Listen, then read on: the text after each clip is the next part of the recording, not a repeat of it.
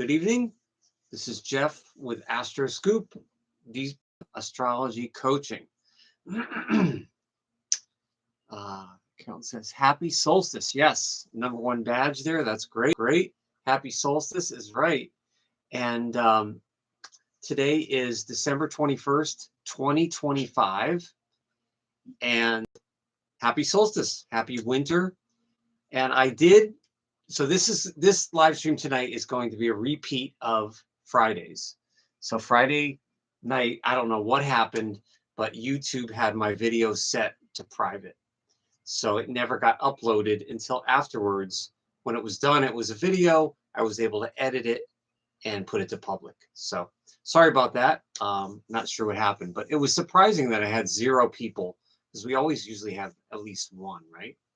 So today's December 21st, 2025, and we're going to be looking at the Eastern time zone for winter.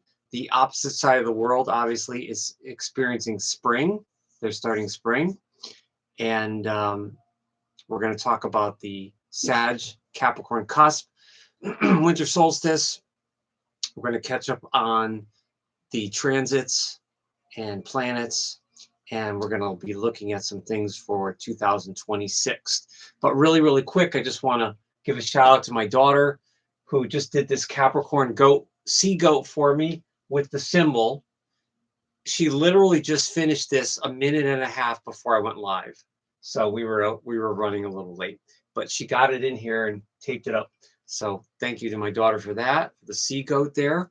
And Capricorn represents the goat, land goat, sea goat. In mythology, sort of thing. Great picture. Yes, I agree. Yeah, she did really well, and she did it quick. She did it in less than 10 minutes. So it's a really good picture. But we are going to take a look at. I will repeat. So if you watched the replay of Fridays, you'll hear some similar things, because I have the same poster here, but I'm also going to add some different things too. So if you tune in to the replay for this one, please check out the December 19th new moon in Sag and Sagittarius-Capricorn cusp video from 2 nights ago as well. So you can have both of them as a reference for Sag-Capricorn, and then of course tonight's will be it's now that we are actually in winter, which is great. So it's 8 p.m. Eastern time. I see there's a couple people in here. I'm going to wait a couple minutes, take it slow a little bit, see if anyone else pops in. And I'm trying to access those other time zones. So Friday night, I was live at 9 p.m. Eastern. So I think I'm going to try to, that trend, I'm going to try to do it later and later if I can, to try to get the like the California time zone, Pacific, and maybe possibly the other countries like UK, etc. So, but right now my channel is doing well with views from the United States. Almost all of my views are from the US, and they have been for close to 2 months now.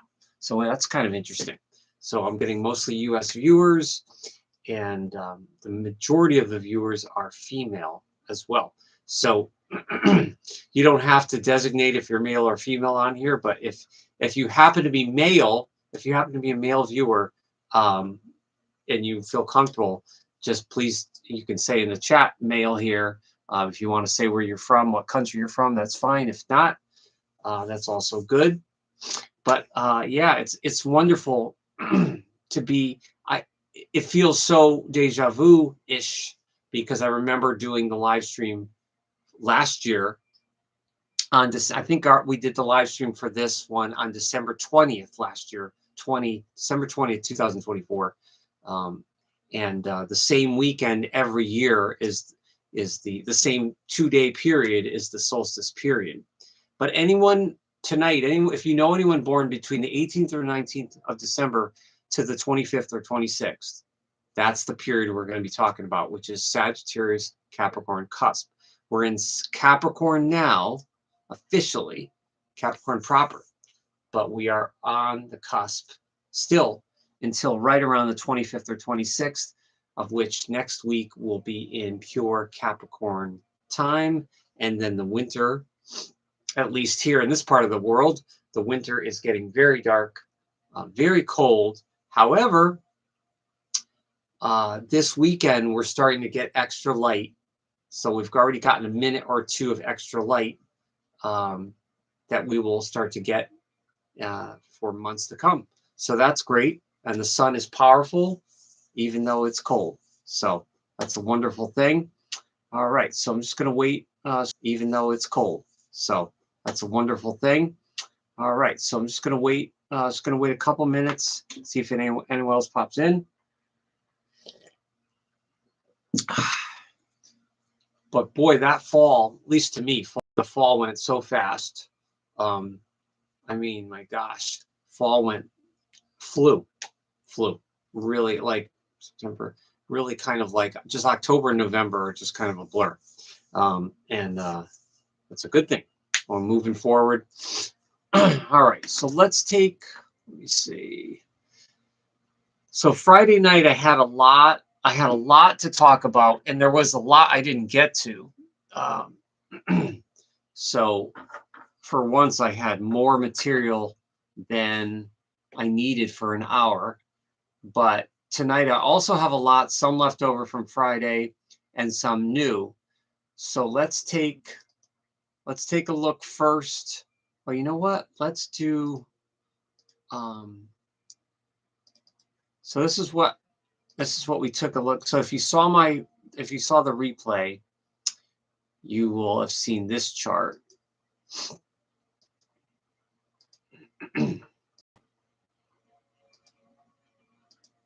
So this is the new moon in Sag, which occurred 2 days ago on Friday, 8:43 Eastern Time, New York time. And this was the late degree, 28 degrees of Sag, sun and moon conjunct. And then also both of those conjunct Venus.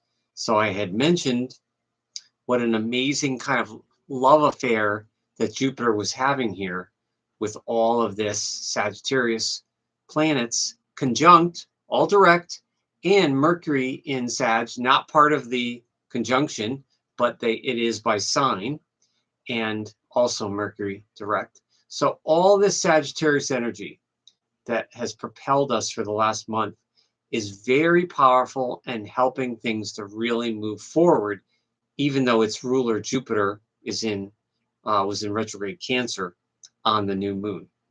But all this Sagittarius energy has given the cosmic sky a good injection of fire.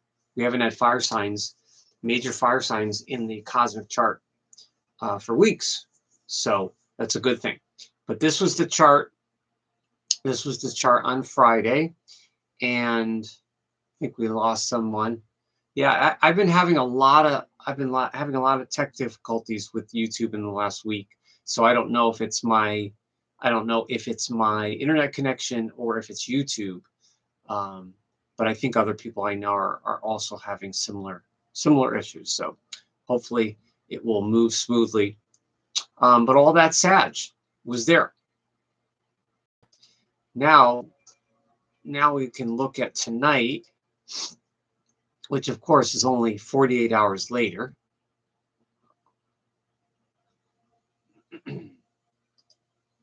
So this is, let's see, oops. Okay.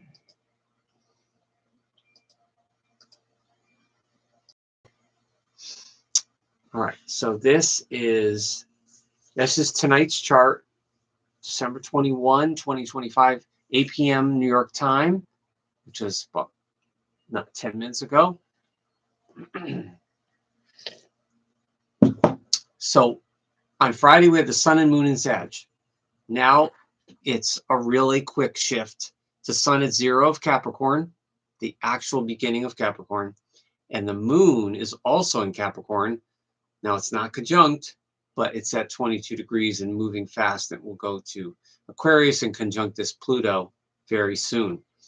But in the span of just 2 days, we go from the new moon in Sag, which is the Capricorn cusp, to sun Capricorn, which is still on the Sagittarius cusp for a few degrees. But then we have the moon in Capricorn and Mars in Capricorn.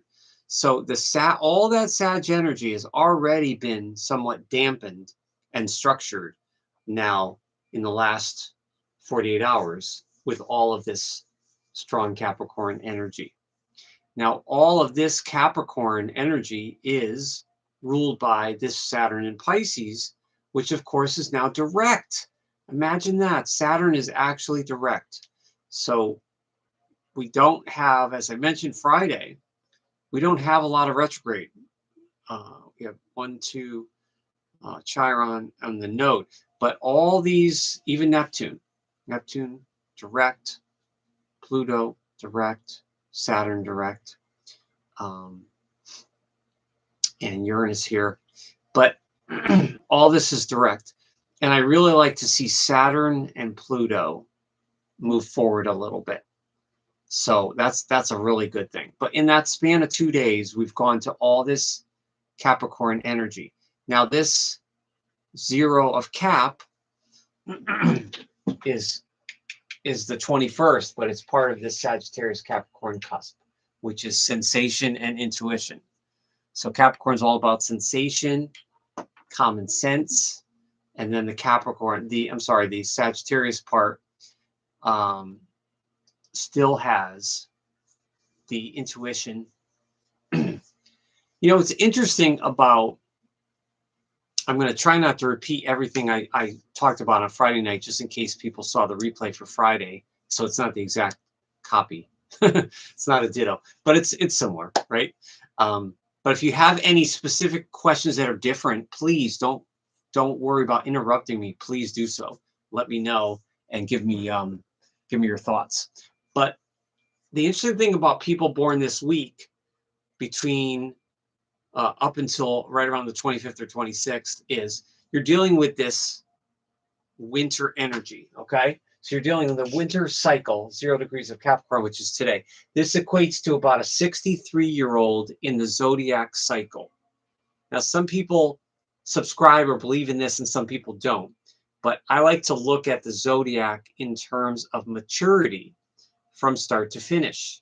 So the Pisces-Aries cusp in the spring is the very first rebirth of the zodiac, and then it ends at the very end of Pisces, obviously in late March. So it goes to Pisces and then it goes right to Aries.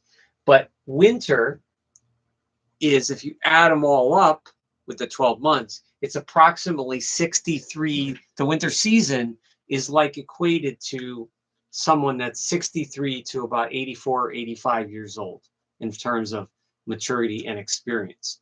So the winter cycle is waxing. So from now until March 21st, or whatever day spring is, it's probably either the 20th or 21st of 2026, it's waxing. You know, certain seasons you're waning. So this is the whole zodiac, not just the moon. This zodiac is actually waxing, and it's subjective in its orientation, and it's consciously oriented. So it's consciously oriented in terms of the slice of pie of this winter is Capricorn, Aquarius, and Pisces. Those are the 3 signs that comprise winter, right? So if you have those signs in your chart, Capricorn, Aquarius, and or Pisces, you were someone that was born, you could call it old soul energy, you could call it mature energy. Maybe you were more serious and mature as a kid, and then as you've gotten older, you've lightened up, sort of thing. Okay, so YouTube's giving me some kind of error message, so hopefully we won't lose the chat, but it's definitely something funky's going on. Huh. Okay, but it's winter energy. So those 3 signs, and Capricorn begins it today. So the 3 signs are consciously oriented as opposed to unconsciously oriented, which would be when spring starts. So it's very interesting, because if you think about Capricorn, Aquarius, and Pisces as a whole, as a season, earth sign, air sign, and water sign, the 3 last signs of the zodiac, that end is it's the most mature version of the zodiac, if you will, because it's going up right up until the rebirth, which is spring. So if you look at it in terms of maturity and youth, each week of every decan is more mature, and it moves with degrees and moves along in terms of that cycle.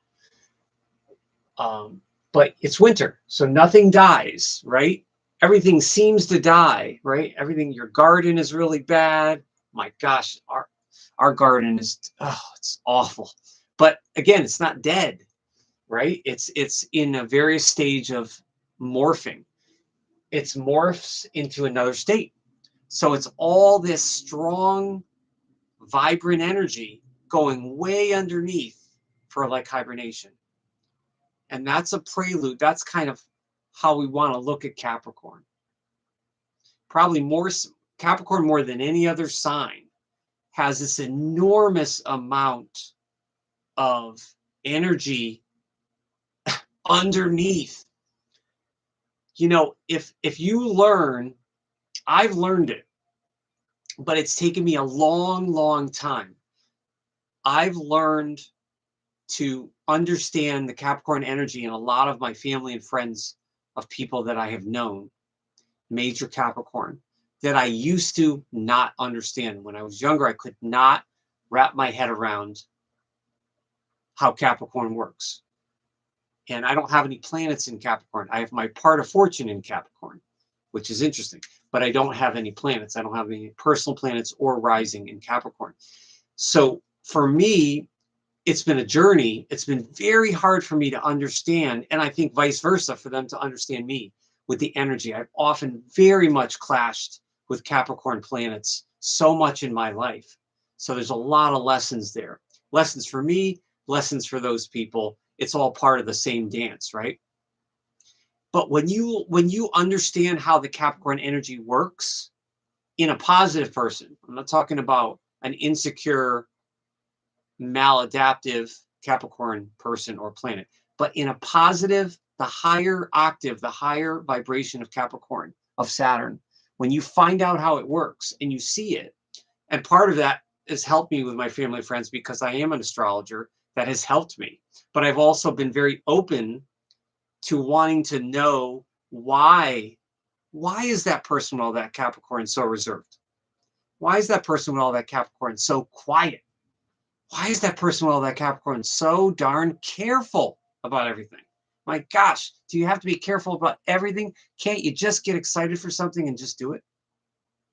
So those were things when I was younger and more immature that I could not understand. Like trying to get a Capricorn to be enthusiastic or impulsive and happy on a whim seemed impossible.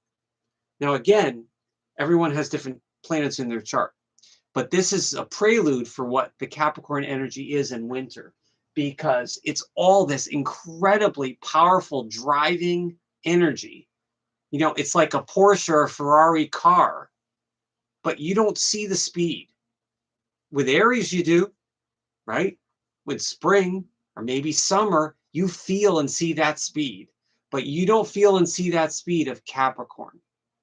So for people that have major Capricorn, they often go underneath often in their lives, but especially now when they're going to get their conjunction and they're going to get those Capricorn return planets right now in the next month for any Capricorn planet. But Capricorn is just this powerful energy underneath, waiting for the right moment to strike, the right time to take a step and to capture what they want to capture. And obviously that takes off with Aries. But if you think about winter and spring, it's very much clashes in terms of nature. It's so different. And you can look at that with Capricorn and Aries guiding the seasons of winter and spring, clashing with the square. Now, clashing isn't all bad. There's always lessons there, and you can always get that from people. But it never fails. Every time I look up a chart of someone that has major Capricorn, I mean more than one planet. If someone's just a Capricorn and they might have a stellium in Aquarius or something, or Sag, that's going to really offset just that one planet ruled by Saturn. But I'm talking about someone, the Capricorn moons. Woo! The Capricorn Venuses. My gosh, serious. Capricorn Mars, what you can accomplish. The Capricorn risings, the worldview. So that's the Earth. So if you think of Capricorn, don't just think of it in terms of, oh, it's an Earth sign. Jeff said it's cardinal. Jeff said it's ruled by the goat. That's what every astrologer says. It's this winter energy. This is Capricorn. And then it plays out differently as we move into Aquarius and then into Pisces. But there's a similar thread with those three signs of some kind of privacy, solitude, and detachment. Right? Think about that. If you are strongly Capricorn, Aquarian, or Pisces in your chart, think of how much solitude you need. Are you a solitary person? Are you a lone wolf or wolfess? You know, because there's a lot of that energy. And Capricorn can get misread by people. People think Capricorn can be stodgy and boring. Oh my gosh. But there's the Capricorn energies underneath. So can you earn it? Can you earn it with the person? Can you get the Capricorn planet to trust you that you're reliable and solid? Because if the Capricorn planet thinks you're not reliable and not solid, man or woman, doesn't matter. And sometimes they're not because of fear. Often when Capricorn planets misfire, it's just because they're fearful. They want power or control, or they want things to be sure-footed, like that goat. The goat gets on that mountain. That goat does not want to slip. So that's really that this winter energy. Nothing dies, morphs into another state. And then it's the heavy outer planets. Saturn is Capricorn, Uranus is Aquarius, and Neptune is Pisces. So it's the heavy outer planets that governs winter from now until March 21st. So this part of the zodiac and this part of the year is truly unique in that sense, in the sense that all the major planetary energy of the zodiac and the cosmos are outer planets, are these outer planets doing. And then all the people in the world that have Capricorn planets this month, or a Capricorn rising, or even a Capricorn on the 10th house, are getting a conjunction or a return to that degree, whatever your degree may be. Now, remember, I say this all the time, Capricorn, everyone has Capricorn somewhere in their chart. It's on a house cusp, or it's inside a house intercepted, but you have it somewhere. So wherever you have Capricorn, that's where you're going to be most serious, or you're going to have lessons if you're not serious about that area of your chart. Like if it's on the second house and you're terrible with money, you're going to have lessons that Saturn is going to teach you, probably through some hard lessons, how to be good with money and manage things responsibly, manage yourself responsibly, and have control of your impulses, control of your emotions. That's one of the best things, actually, of Capricorn that we'll be talking about for the next few weeks. And Capricorn, the positive Capricorn planet or energy, has great self-control. And that's in this stressful world of distractions and people prodding and poking people to cause fights and arguments, right? And to try to trigger people. Democrats trying to trigger Republicans, Republicans trying to trigger Democrats, people in the middle trying to trigger both, all kinds of, just everybody trying to trigger everybody. And so the Capricorn energy, the winter energy, is a time to go inside and figure out what really matters to me. Aside all those freaking distractions, get rid of all that, trim the fat, get rid of all those distractions. And what really matters, because the higher positive Capricorn teaches the whole rest of the zodiac. Look, guys and gals, life is to be lived, and you got to put your all into it, but it's got to be serious, and it has to have purpose. You got to do things with purpose. This is what Capricorn's saying. You can't do things light. You can't be kind of sure about it. You can't be fake about it. You can't be putting 10% of your, your sweat into it. You gotta really do it. And I would imagine astrologers that have major Capricorn are incredibly savvy with that ability, because they probably take it so seriously, and they will live and breathe it probably until their last breath. Which is a pro or a con depending on how you look at it. But that's what we're going to be talking about. But this is the chart for tonight, and you can see all that Capricorn. I'm really glad that Pluto's gone direct. And of course, the early Aquarius people that I've been mentioning for months, early Aquarius planets are getting that conjunction. And then early Leo planets are getting the opposition. Early Scorpio and Taurus planets here, one of which is my Venus. I have Pluto squaring my Venus right now. Interesting. Most of the lessons are with myself inside, not so much my situation or with people. It's mostly me. So it's a good thing, though. It's a good thing. It's cleaning. It's cleaning out the closet. Working it. This is, if that Pluto is squaring or opposing or conjuncting any of your planets, especially if it's Sun, Moon, Mercury, Venus, Mars, rising, depending on if it hits something in the first house there, or your 10th with the midheaven and the public, it's going to be significant. So again, this Pluto, I know I keep mentioning it, but I have different viewers. This Pluto is going to be so slow for years and years to come. But this is great times. This is exciting. I like this Capricorn feeling today. This Capricorn just feels good. And I don't have, like I said, I don't have any planets in Capricorn. So I'm not going to have any conjunctions to these Capricorn planets moving through its cycle.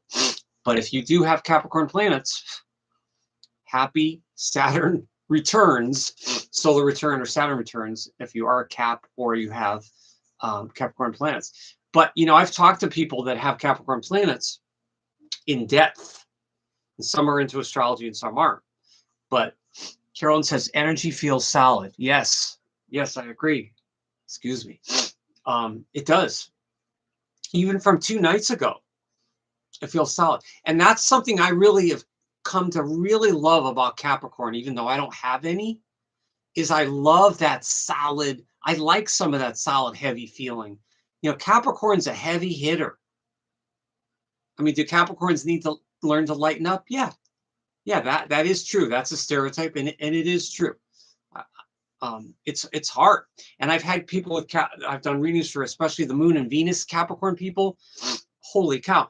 It's so hard for them to take things lightly in life. Now, if their Moon in Capricorn was in an air house or a fire house, that's going to change the scope. If their Venus in Capricorn is in a fire or air house, or like the first house of expression, that would be very different. That will lighten things up or fire things up. But generally speaking, having that Saturn ruling your emotions or your love planet, big lessons there, big karma. And we'll talk more about that as Capricorn goes on. But that's tonight's chart, which is, I think, 1-to-1 today. He's passed, but he is a true solstice. He was a true solstice baby and a genius. Elliot Easton from the group, the Cars from Boston, Massachusetts, also a very much an underrated genius. But very much, it's interesting how Capricorn planets tend to get famous. If someone has a lot of Capricorn or Saturn influence in your chart, now this is a generalization and a little oversimplified. So for the detailed astrologers out there, bear with me. Don't jump on me. But generally speaking, any major Saturn that has good aspects or 10th house, there's almost a guarantee of success or fame. Almost a guarantee, unless the person really, really checks out and doesn't work at it, or really, really gives up, or if there's major other indicators in the chart that indicate afflictions, or if there's major other indicators in the chart that indicate afflictions, or if people have major mental or physical disabilities or afflictions. But even with those, even with possible afflictions, major Saturn aspects, either through the chart, but especially hitting the 1st or 10th house, and or major Capricorn near the 1st or 10th house, or even in the 4th or 7th, the cardinal houses. It's almost a guarantee to be well known, recognized for your achievements, and possibly famous and successful. Now, success means different things to different people, but I mean in a general public sense of maybe you've published something, maybe you're an astrologer or an influencer that has a strong presence here on YouTube or X or Instagram or TikTok, and you're able to influence people in a commanding way with your message. You know, Capricorn doesn't give up. Capricorn is persistent. So rarely will you see a chart with major Capricorn giving up on their plans. I don't know if I've ever, I knew one Capricorn guy in high school who I would actually categorize as lazy.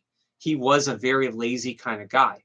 But then again, we were 16 or 17 years old. So, you know, I never knew what happened to him. But I remember he was a Capricorn with Aquarius rising. I remember him. I can see his face.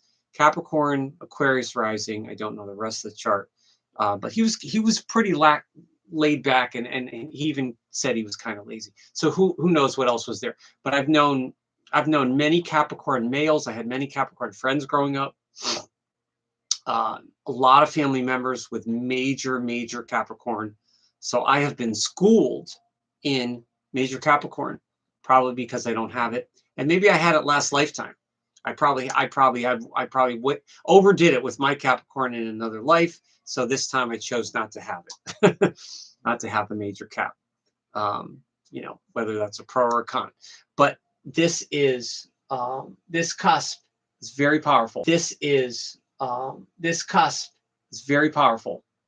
And it's not only powerful because it combines the fire of Sag too. So the Capricorns on this cusp are going to have a little hint of that fire, where a Capricorn born next week that I'm going to talk about is not going to have the same fire unless he or she has that Sagittarius planet in their chart, like a moon in Sag or a Sag rising or a Mars in Sag. But they're going to have the combination. A Capricorn today very much has the residue of Sagittarius. And even a Capricorn born in a couple days, the 23rd, 24th, 25th, is still on the cusp and will still have a little bit of Sagittarius residue, a little bit of a wild streak, adventurous streak, a little bluntness. And what sets them apart from a true Capricorn is that somewhere in their life, if you look deep at their hobbies or work, they gamble somehow. Now, I don't mean literally. I don't mean going to the track, the horses. I don't mean going to the track, the horses, or going to the lottery. I don't mean, it doesn't have to be literal gambling. It could be, but it doesn't have to be literal gambling. But it's the gambling archetype. It's a gambling archetype of a person, whether they're gambling with their relationships, they're gambling with spending too much money, or they're trying to, maybe they have an eBay store, right? Or an Etsy store, and they're selling thousands of items, and they're wheeling and dealing, buying stuff, trying to sell it, trying to flip stuff. They're flipping things, maybe houses, flipping cars. That would be Sag and Jupiter. Wheeling and dealing and gambling, like where there's some risk involved. There's either some physical risk, maybe with hiking. Maybe there's financial risk. There is spiritual risk. But there's going to be some risk there. There's no way, even as controlled as these people are on this cusp, there is a little bit of a wild hair, if you know what I mean. There's a little bit of a wild hair there somewhere. It will show somewhere. And if people born on this cusp that you know are incredibly introverted, if for whatever reason, maybe they have strong 8th house, strong 12th house, maybe they have strong Pisces or Scorpio or Cancer in their chart, and that really kind of quiets them even more and dampens them. If they have that, they're still going to show a little bit of that adventure in subtle ways, especially if they're a late Sag. If they're the very last day of Sag this week, like a 29-degree Sag, almost Capricorn, they're still Sag, but they're going to be Sag, and then they're going to behave like a Capricorn sometimes.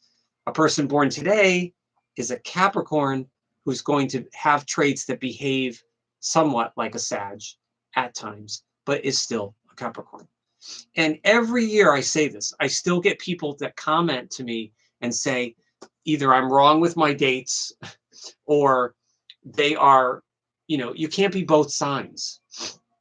I don't think there's any strongly used astrological system in any country used right now that subscribes to the fact that you're 2 signs. Even if you believe in Vedic astrology and you're saying I'm all wrong because I'm 29 or 30 degrees off, even if you believe in that, that Vedic astrologer is most likely not saying you're Scorpio and Sag, or you're Sag and you're Capricorn. They're still going to say you're going to have a degree, and it's going to be in your chart somewhere where you're going to be one zodiac sign, kind of thing. So I had some stars. These are in the constellations. So astronomers would know about these. Edamin and Sinistra. Those are points in the constellation.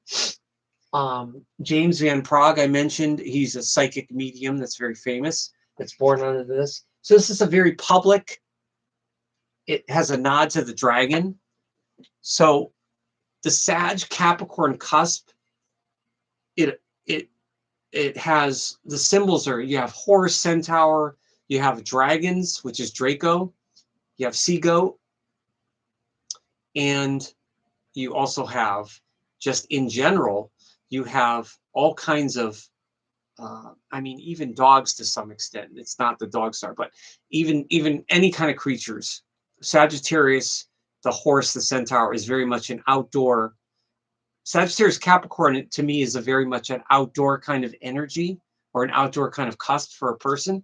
So I would imagine there would be an attraction to animals, not necessarily caring for them, but an attraction for animals, to be near them or with them, or maybe even sightseeing for wildlife.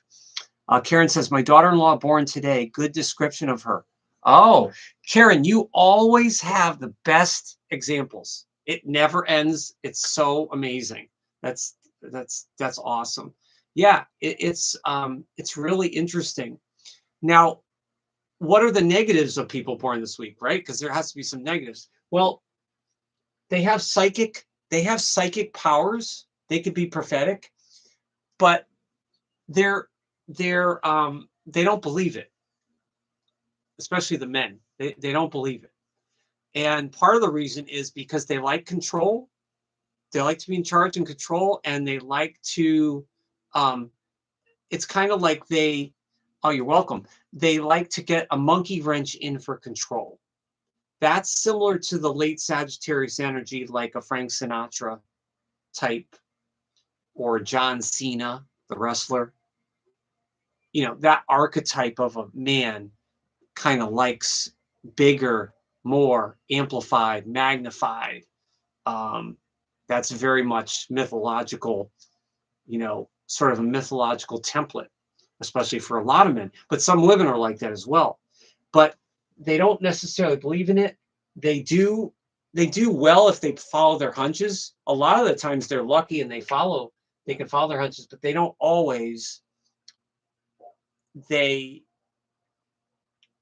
can. I think the biggest negative of not trusting their feelings or not trusting their gut is because they are often very closed off. They're just closed off. Now think of it, right? Just talked about the winter energy. So these people are born right before, right on, or right after this winter energy. So that can't be easy. I have 2 family members that have a birthday this week, one of which is my niece. She's the 22nd, which is tomorrow. She's incredibly, incredibly quiet. Very much solitary, quiet, introverted. Um, you know, we'll see if she comes out of her shell. But you know, some people are like that as children, and then you know they blossom at a certain age, or sometimes that's just your chart, that's your default kind of position. But they really do tend to be closed off, and what's tough is they will suffer and ruminate with their plans and their responsibilities in a very intense way, quietly. So you'll know that steam's coming out of their head, but they won't slow down and tell you what's going on. And they won't take the time to get in touch with their feelings to tell themselves what's going on. So that's a big blind spot that Sagittarius Capricorn people have. I've seen that time and time and time again. So they're really good people. They're hardy people. They're loyal. They're good stock. They're solid, good stock. I mean, you got fire, Sag, you got the horse, the centaur, you got the goat. I mean, they're sturdy. You know, they're sturdy. They're often very physically strong too. Even many Sagittarius or Sagittarius Capricorn men or women I've known that are small, that are kind of what's that body type? Mesomorphic, kind of small but well put together, kind of low center of gravity. Very, very strong, physically just very strong, especially if there's a discipline like martial arts or wrestling or Pilates or yoga or any of that. Those men and women tend to have very, very strong thighs. Their thighs and hips are very pronounced, muscular, and very strong. And they just tend to be very hardy. But when they're in a good mood and they feel relaxed, if they take some time off from all of their plans and working, because if you know someone born this week, think of how many things they have going on in their life. Are they lazy? Probably not. Do they work incredibly hard? That's probably a yes. And if they have a hobby or a side hustle, they don't do that they're not doing that with 50% gusto, right? No. Jupiter and Saturn. Jupiter magnifies, Saturn constricts, and Saturn's like plan. So if they could relax and stop working this week, and that goes for Capricorn people too, just stop, like let yourself be lazy for if you can't do it for a week, maybe for Christmas, for Thursday, Friday, and Saturday, just let yourself do nothing. You know, it's very hard. But the Sagittarius Capricorn is a very strong motor, and they need those long range, the long game projects. They need that. They absolutely need that. Because as we go into early Capricorn, which is next week, a true Capricorn person, one of their main goals is to be a ruler in their life. And I don't mean a ruler like in ancient times or a ruler of a village, but a ruler ruling at something. So if it's their studies, they want to be a ruler. There's that quiet leadership qualities. They're going to want to rule their field. They're going to want to rule something. So that energy has to go somewhere. So they have to find positive outlets so that strong energy doesn't get taken out on the close loved ones. And if they're getting bottled up or they're closed off, then they will snap with that strength. Now, a true Sagittarius person would tend to have a hot head and forgive quickly. So the heat would come up quick and move quickly, dissipate. But on a cusp with Capricorn, it's going to seethe a little more because Capricorn, again, where's that winter energy? It's all underneath the dirt. So if you know someone that has a really dark sense of humor, but you don't know a lot about them, you know someone that's very reliable to you as a friend or family member, but you don't know a lot about them, about their personal life, and they're willing to help you and be there for you and be responsible, but you don't know a lot about them.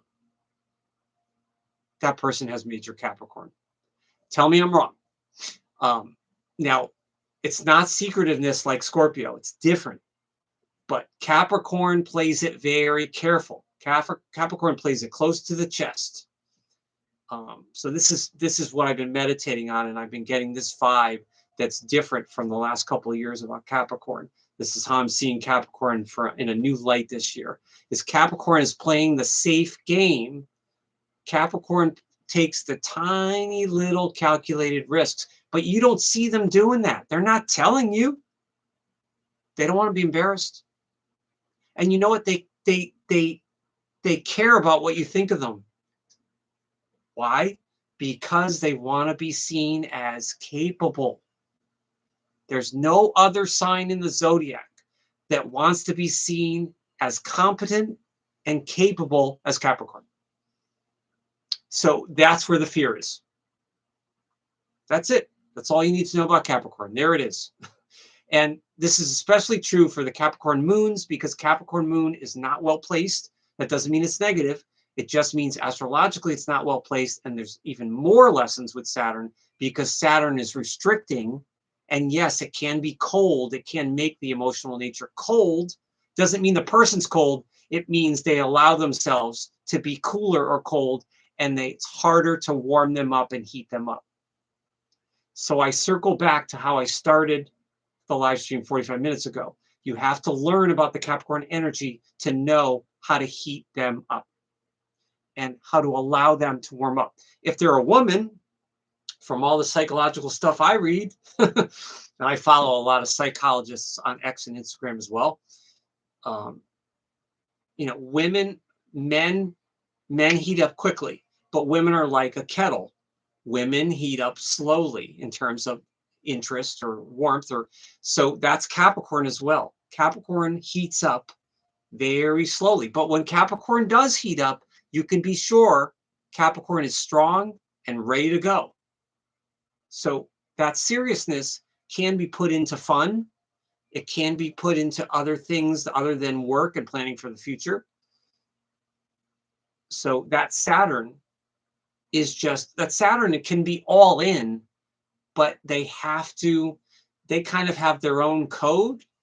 I think Saturn is like a code. So Capricorn's like a code. So the Sagittarius part says, hey, I got to take risks. I can't have too many restrictions. But Capricorn's like, well, maybe restrictions are good because we're limiting our choices so that we can make a couple choices that are really, really sound and solid. And then we'll make sure in a year from now that something will come to fruition. Something will manifest from that. That's what Capricorn teaches. So if you think about this with the Capricorn and the Saturn and the winter energy, now you really get a sense of how powerful Capricorn or Capricorn planets are. And when I think of the people that I know and have known with major Capricorn, as I age, I see it. I see the Saturn cycle, the Saturn energy, the Saturn lessons completely different than I did even 15, 20 years ago, but especially much different than I did 20 or 30 years ago. So that's the beauty. That's the beauty when someone has a really, really strong quality and that person rubs you the wrong way. Most likely it's a mirror to you that you also have that quality that's unexpressed. So maybe that person's expressing it. You want to be big and bold and you want to be a badass, but that person in the corner is loud and brash, and you're like, oh my God, that person's so obnoxious. Well, they might be, or they're just risking it and they're going big, and you secretly wish you could go big, right? So we have those things where, it's oftentimes we're playing things too safe, or maybe we're too impulsive and we're too quick to judge. But Capricorn says, no, no, no, this is Saturn. You got to take it one step at a time. Take everything one step at a time, because time is Capricorn's weapon. Time reveals everything. Time reveals the success. You know, I often mention that there's this stoicism movement on social media with a lot of young men that are Gen Z and younger and older millennials. I see this so many, dozens and dozens of guys, about how you got to be quiet and you can't ever reveal anything. And I get that, because if you reveal things, people can use things against you. Of course they could. But for the most part, unless someone takes your identity, for the most part, what does it really matter? If someone's not going to be respectful of any personal information you've given to them, and I don't mean a stranger, I mean someone in your circle, that's a boundary issue. That's a boundary issue. So again, Saturn is going to be, a Capricorn Saturn energy is going to be selective and say, Capricorn is selective, small circles. That's Capricorn. Who can I trust? What's a safe bet here? How can I avoid looking foolish? It's probably Capricorn's number one fear, is appearing foolish. And again, we all have Capricorn somewhere in our chart. So wherever Capricorn is, it may be where we approach that area of life with most seriousness, or we have to be more serious, or we need to just lighten up maybe in that area. Maybe we're too serious with money. Have you ever met those people that are such incredible savers that they save every penny, and then 10 years later, they're still saving every penny, and they haven't gone on a vacation? Now, I'm not saying go on wasteful vacations, but you're living your life. 5 years has gone by, 10 years has gone by. If you're not doing anything with your money, it doesn't have to be expensive, but you got to do something. So that's another thing. You could be too restrictive with the Saturn. You could be too responsible, too careful with that as well, kind of thing.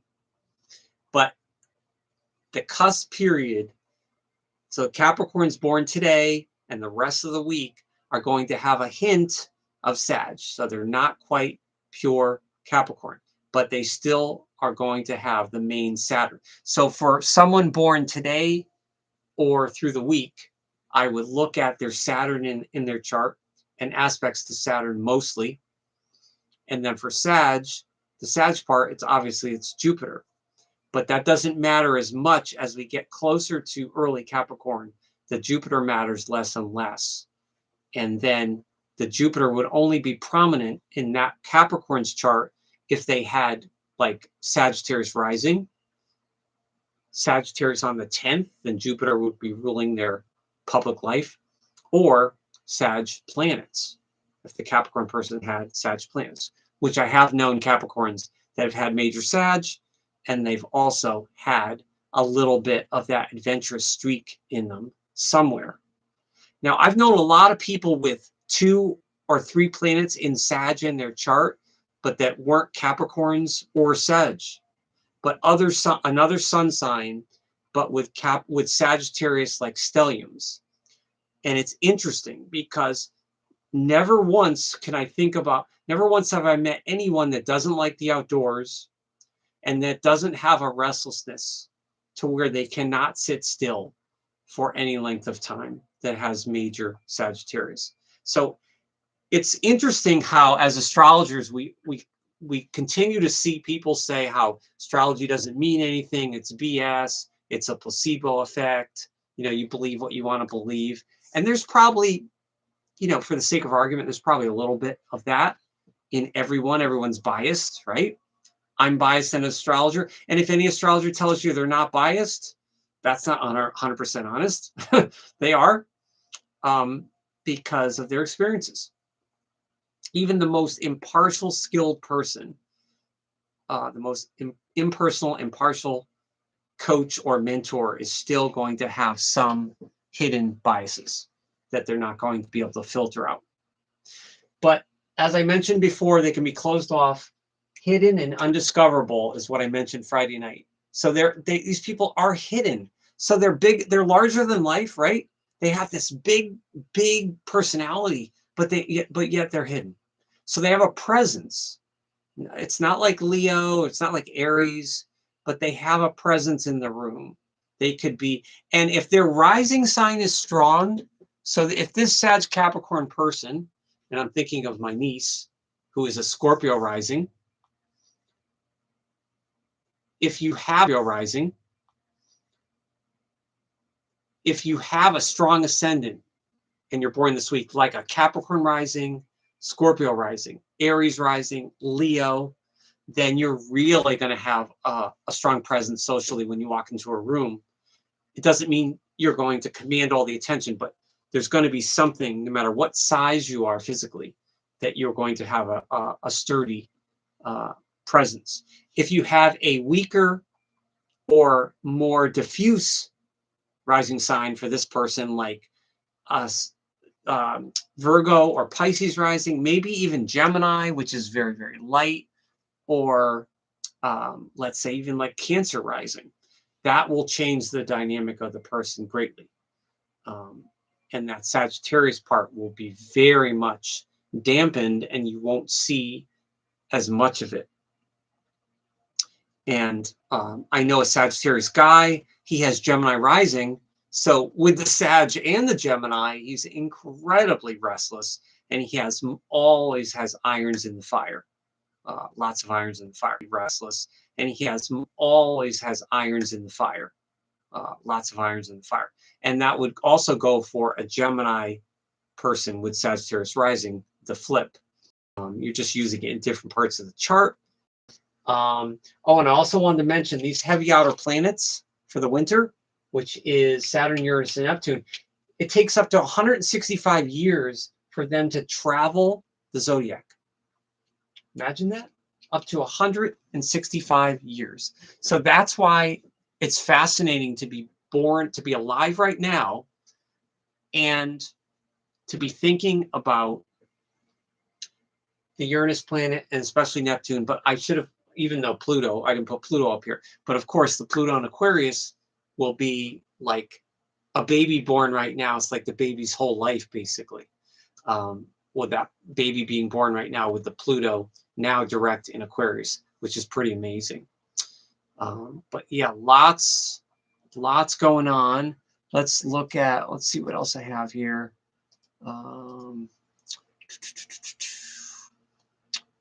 Okay. All right. So let's look at an early Capricorn celebrity. This is kind of an odd choice for me, I think, but I chose Susan Lucci, the soap opera actress. I think she's done movies and theater. So Susan Lucci, I think everyone knows who she is. She was born on December 23rd, 46, New York, Eastern Time.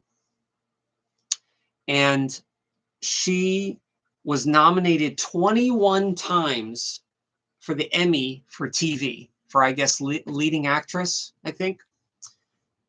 She won. How many of those out of 21 did she win?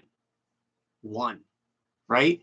Wasn't the joke with Susan Lucci every year? She was like in it and then she smiles and then she's got that smile and then she loses and accepts it very graciously. And she's very sophisticated about it. Very sophisticated, very kind of professional and classy, kind of prototypical Capricorn. But 1999, when she was 52 or 53, is when she won her Emmy. That was one time. But I brought her up because when I was looking up a list of early Capricorn people, I thought to myself, who is so well known and yet maybe has varying degrees of success depending on what your definition is. And that's Susan Lucci, because she was in the list. Now look at here. She is a absolute Capricorn machine. She has Capricorn at the top of the chart here. This is the house here that rules career in public. We have the sun which is her zodiac sign at 1. So she's a true solstice baby from 46. The moon is 3. So incredibly close conjunction. The moon is also a solstice cusp energy. And Mars is incredibly early Capricorn, also involved in this stellium, along with the 10th house cusp at 2. And then she also has Cap here on the 11th. So I mentioned earlier how we all have Capricorn in somewhere in our chart. Now, Susan just happens to have a ton of Capricorn. But if this was a different sign, she would be approaching, how would she use her Capricorn? She would use her Saturn towards the 10th house and the 11th house of groups. This is all public and community power here. So this is all ruled by her Saturn in Leo. These people from that time had Saturn in Leo, and it's retrograde. So a lot of actors and actresses have this Saturn in Leo retrograde position from that era. So all of this was ruled by Saturn in Leo in a sign that is a show person, but it's retrograde. So it's held back somewhat. And when you look at the ruler of all her Capricorn up here, you really have to look at the sign that Saturn's in. What does Leo do to Capricorn? Well, Leo and Capricorn, how do they talk to each other? They are inconjunct. There's miscommunication between Capricorn and Leo. Now, it's not necessarily negative, but it's communication or noise that needs to be worked out in order for those planets to come together effectively. So it's not like she has Mars trine Saturn, Mars conjunct Saturn, which would be total powerhouse. Even Mars square Saturn would be tension, but it would be a lot of drive. It's a Mars in conjunct Saturn. It still is a Mars Saturn aspect, which creates drive. Any Mars Saturn aspect is going to create drive in any chart, no matter what the signs. But so her ambition with this Mars and Capricorn, which is well placed, Capricorn's a great sign for Mars. You know, it's early Cap, and it's kind of stuck with this Leo here, down here in the chart, and it's in the 5th house of entertainment. So that's interesting to me. You know, she does have Leo on the house here, and she has Capricorn on the houses. So her Leo and her Capricorn energy are available for her to use. But she has had success. She's had work. She's had her leading lady status for decades, right? And she's earned a ton of money. She was at one point, Susan Lucci was the highest paid TV actress, maybe and/or actor, at $1 million per year. And that's when $1 million was worth, you know, that would probably be what would be like 5 or 6 million now, right? 4 million, maybe 4, 5, 6 times. So think about in the 80s or 90s what $1 million was worth. If you knew someone in your family that had $1 million, that was serious wealth. I mean, $1 million now is you're in a good position, but it's not wealthy. It's not, you know, it's not really wealthy. You can spend it, you can blow it. You know, I know people that could blow it, but it's interesting for her. And the second thing is she has Aries rising, which kind of gives that she has that dynamic smile, and you can see that energy she has. Susan Lucci just has energy, and she has male energy too. She has masculine energy. She's strong. She's not afraid to show it. She's not afraid to show all of her drive. And then she has Venus in Scorpio, which is direct. That's not well placed, but that's very intense. It's also sexy, very sexy placement for people. She has Mercury in Sag, direct. Jupiter's also in Scorpio, direct. That helps her sex appeal. That Venus and Jupiter here, that's very much enhances sex appeal and sensuality and just likability. And then, but she does have a lot of this retrograde energy down here. So it's interesting because I would have never really, Susan Lucci's someone like I would have never picked to illustrate. Even all these years I've been looking up celebrities, I don't think I've ever mentioned her once when I talk about early Capricorn or even Capricorn cusp people. But I just saw her, I saw that on my list and I was like, you know what? That's interesting because I knew that she was nominated a couple dozen times or almost 2 dozen, and then she only won once. So, but that just goes to show you that Capricorn, even if there's a lot of failures in the life of a Capricorn person, my late aunt, my dad's sister, she was a powerhouse Capricorn who worked in banking, and she was a powerhouse. She was an opera singer. She used to. She almost made it big. Almost. She could have been famous had she kept it up, but she ended up, migrating and getting kind of a mundane job. But she excelled. She excelled at her job and worked incredibly hard. But she also played hard too. And she took a lot of vacations, took a lot of time off. So she, again, whatever she was into she was all in. If it was something that she valued. Again, it has to be, Capricorn kind of has to be in charge of that. Capricorn likes to be in charge of their own kind of liaisons, if you will. All right, so that's Susan Lucci, kind of interesting. And again, with this Scorpio here and this Capricorn, her chart is very lopsided. There's not a lot of balance here. The Pisces is hidden. Her Cancer is here, and then she has Scorpio. But so not a lot of other water. She also has no major Taurus here, and Virgo's hidden as well. So there's other signs there that are kind of lacking.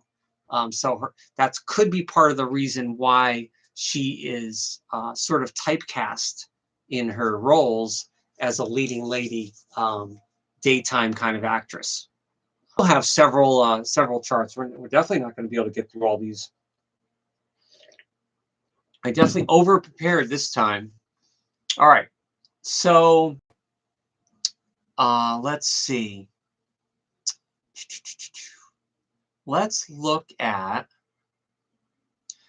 All right, you know what? Let's look at let's get a glimpse of where are the signs going to be in 3 months. All right, so look at spring really quick. And of course, when spring comes, don't worry, we'll look at this again. But you can even take a picture of this with your phone if you're watching this right now, or screenshot it if you want, or you can just look up spring 2026. So here's what's going to be happening in 3 months, right? 3 months sounds long, but you know how fast it's going to go. So look how drastically different. So remember how I said the winter energy with Capricorn and Aries is a clash, right? And if you know anyone with major Aries or major Capricorn, I'll guarantee you, especially in a family dynamic, I guarantee you they clash, especially if they're same sex. Opposite sex could be different. Like if you have cousins that are boy and girl or something, but if you have siblings, 2 brothers or 2 sisters, Aries and Capricorn, or you even have a parent and a child, Aries and Capricorn, or close cousins, there's going to be a clash there. It's a guarantee. But look at this spring. Look at this Aries energy. Holy cow. This is amazing. So all that cap that we're feeling right now, all this strong energy that's going underneath, can you imagine what it's going to feel like in 3 months with all this Aries energy? So all of this careful, quiet energy now that doesn't want to express itself out of fear, out of not feeling capable, out of not having the right answer. Guess what, Capricorn? And I'm looking at you, Capricorn planets. You don't always have to have the right answer. It's okay. You can be wrong. You can fail. And it's okay. But again, I can't tell you that because you chose those planets for a reason. You chose it to be difficult. You chose those obstacles to have to get over. You chose those. I didn't choose them for you. You chose them. So it's a good thing. You need obstacles. And Capricorn says, what's wrong with obstacles? That's part of life. We can get over So if you're going through a rough time in your life and you have obstacles and you don't know a strategy to get through it, talk to someone with major Capricorn, preferably an older person, even like 60 plus, that's gone through major Saturn returns, even like 60 plus, that's gone through major Saturn returns. But just talk to a mature person with major Capricorn that has been around the block with their Saturn returns or their Saturn planets, and they will most likely be able to give you serious, sage, wise advice. It's a guarantee, unless someone has really chosen to not learn their lessons, to not mature. I'm sure there's some 60, 70, or 80-year-old Capricorn people that are not mature or not very reliable people. I'm sure there's some out there. Probably not a lot, though. Probably not many. So this is spring, March 20th. Wow, it's exciting. I don't want to wish the year away, but I'm looking forward to spring already. And we've only had a tiny bit of snow here on the East Coast. But we're going to have all this Pisces energy. I mean, this node is going to be there forever. I mean, this node retrograding, and this is just generational. You're going to have a bunch of babies for months and months and months going into the year with the same node coming in with the similar lessons. But look at here. So I mentioned how Pluto for months and months and months going into the year with the same node coming in with the similar lessons. But look at here. So I mentioned how Pluto has gone direct, right? So here's Pluto at 5 of Aquarius in 3 months. So that's good. It goes up to 5, but it doesn't go much farther than that. So Pluto's going to go really, really slow once we get to May, June, July of 2026. Again, so all the early fixed signs between 0 and 5, or maybe even 0 and 6, 1 to 6, if you know your degrees of your fixed signs, this is major transportation. Yeah. Well, you may use transportation, but it's major transformation. So you might want to even journal and make note in your phone or on a paper plan or whatever you use. Make note of if you have a particularly hard day at work or a hobby, it would most likely be with some kind of group or structure or community. So it would I would mostly thinking like if you're involved in a cause outside of your house or outside of your job, if you're involved in a strong hobby that may be a class, if you're involved with a family dynamic thing with a big group, or you're involved with a big group at work, anything like that would put on Aquarius, because Aquarius is the universal group. All the early fixed signs are going to feel that. So notice that on certain days. Notice if something happens. And so the early Aquarius people born like January 23rd, 24th, 25th, 26th. Early Taurus people born April 20th, 21st, 22nd, 23rd. The late April people, they're getting the square. Then we go to Leo next year. We go to the early Leo people, July 22nd, 23rd, 24th, 25th. You're getting the opposition. And then the last, those early Scorpio people that are born October 23rd, 24th, 25th, 26th, you're getting the square. So again, and that's not just the sun sign, that could be any sign. Now, if you're getting it to a personal planet, especially if it's the moon or Venus, there's going to be major work there. Something may revisit from a loved one, family, or a partner, and it may be an issue that came up maybe when Pluto was in Capricorn, or maybe it even came up a long time ago when Pluto was in Scorpio, if you've lived that long. Maybe because Pluto was in Scorpio and into Sag, we just got out of Cap and now we're in Aquarius. So some of those lessons just come back, especially if you haven't learned them and you haven't made the right changes. Life always likes to give us the same punches with people, or sometimes it's just with different people. But those early fixed signs, you will feel it. And of course, it makes a whole host of other aspects. The early Aries people will get the sextile.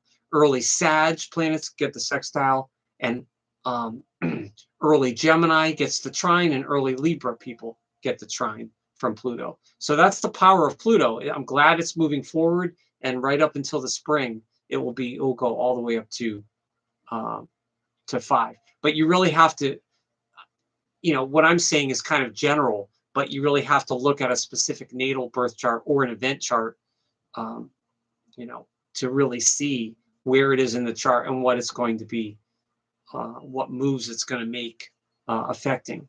Now, on this spring day, the sun, when it goes into Aries, will sextile this Pluto, and so will all this early Aries energy, which is nice. That's really, really nice. And then the other sextile would be Gemini here, but that's too far off. That's 21 degrees. But that's a little hint of spring. So I won't show that obviously again for 3 months. So I won't show that obviously again for 3 months, most likely.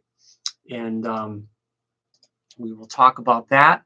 And let's see, what else do we have here? Let's look at, all right. So let's look at the New Year's Eve chart, which is in 10 days. My next live stream might be New Year's Eve. I'm going to try to plan that probably at 8 or 9 p.m. Eastern time, if you want to make a note of that. I may or may not do one before then, but I've been sick lately and I've been incredibly busy, and it's been really hard catching up. So that's why I've had less content lately, but I plan to have more videos coming in January. But here for New Year's Eve is all that Capricorn planets move. This is 10 days. So this is all going from the early raw Capricorn to the mature, straight on, true Capricorn, true proper Capricorn. We're going to have Capricorn rising that evening, Mars, Sun, Venus, and it's all going to be in the 12th house and near the ascendant.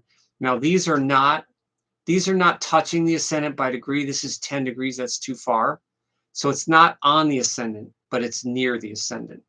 So a baby born on New Year's Eve, needless to say, he or she is going to have very, very strong Capricorn energy. And what I like about this, if you know someone that's going to have a baby this week or that week, he or she's going to have Saturn in Pisces direct. It's not retrograde. It's in finishing up that foggy Pisces, but at least it's direct. And it is conjunct Neptune, which is so interesting for the cosmos. If you'll remember a year ago, for those of you that have been following me, you'll remember a year ago me talking about all that Pisces energy, and maybe even more than a year ago, right? We were talking about so much of that Pisces. And here we are, almost 2026, and here's that Neptune and Saturn again in Pisces, conjunct, that conjunction and that node sitting there. So this is really cool. This is really cool. And then all of that crazy adventurous Sagittarius energy is almost coming to a close. The 27 Mercury direct, though, that will be its last hurrah.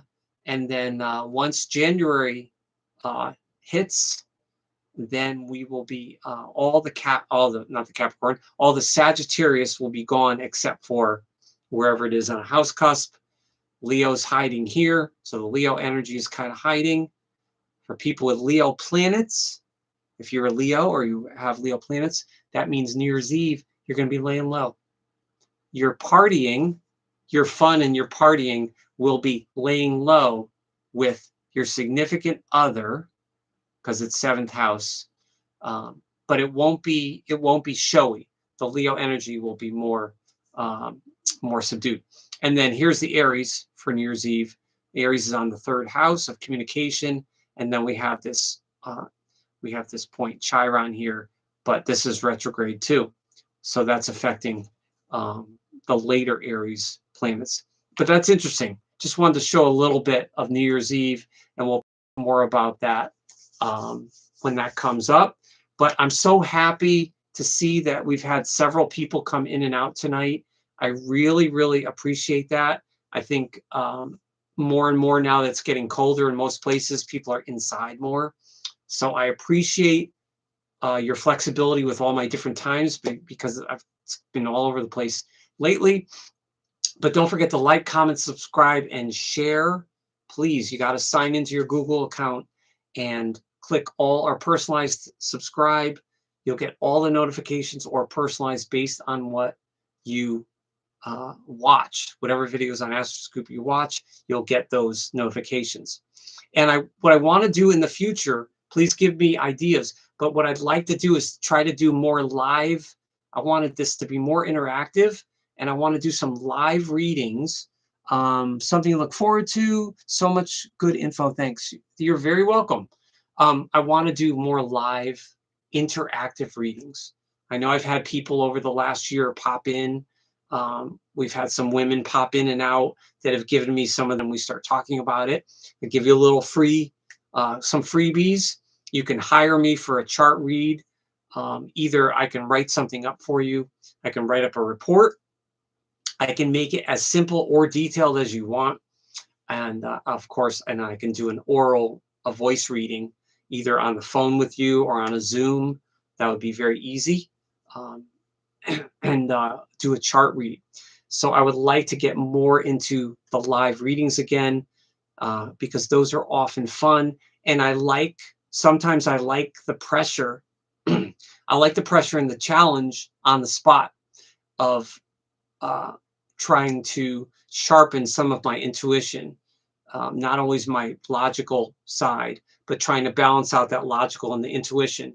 And for men, that's always more. Women are more naturally attuned to that, but for men, we have to work at it more in terms of not being too topsy-turvy with all the logical, rational, but also that intuitive, creative, and sometimes psychic part of our brain. So we have to work on that. But thank you so much. I really appreciate it. Happy New Year and Merry Christmas, or whatever you celebrate wherever you are. I truly appreciate the views and the support, and have a great new year. But I will see you on a live stream before 2026, and we will go from there. And don't forget, once this video is the replay, it's a video, then you can comment if you want, comment, and you can also comment on Friday night's stream as well. Okay, thanks so much. Have a great week.